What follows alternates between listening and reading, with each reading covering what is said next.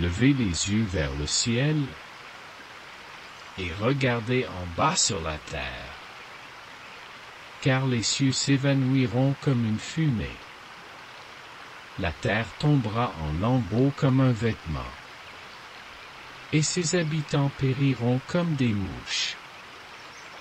Mais mon salut durera éternellement, et ma justice n'aura point de fin. Ce qui arriva du temps de Noé arrivera de même à l'avènement du Fils de l'homme.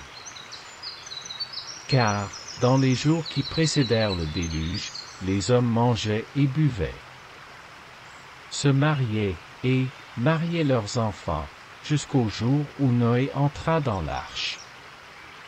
Et ils ne se doutèrent de rien, jusqu'à ce que le déluge vînt, et les emporta tous. Il en sera de même à l'avènement du Fils de l'homme. Matthieu 24, 37 à 39. C'est aussi, pour eux, qu'Enoch, le 7e depuis Adam, a prophétisé en ces termes.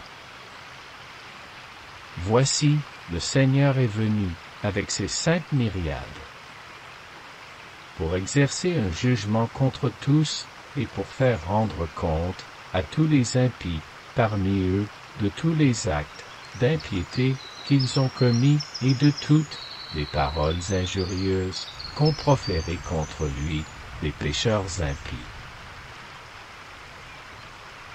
Ce sont des gens qui murmurent, qui se plaignent de leur sort, qui marchent selon leur convoitise, qui ont à la bouche des paroles hautaines, qui admirent les personnes par motif d'intérêt.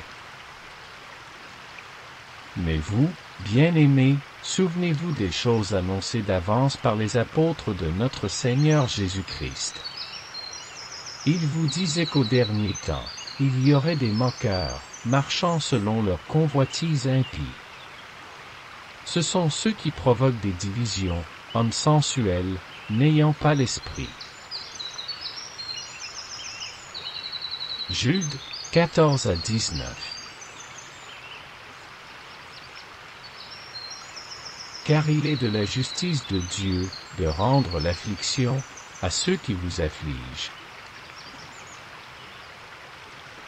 et de vous donner, à vous qui êtes affligés, du repos avec nous, lorsque le Seigneur Jésus apparaîtra du ciel, avec les anges de sa puissance, au milieu d'une flamme de feu, pour punir ceux qui ne connaissent pas Dieu et ceux qui n'obéissent pas à l'évangile de notre Seigneur Jésus.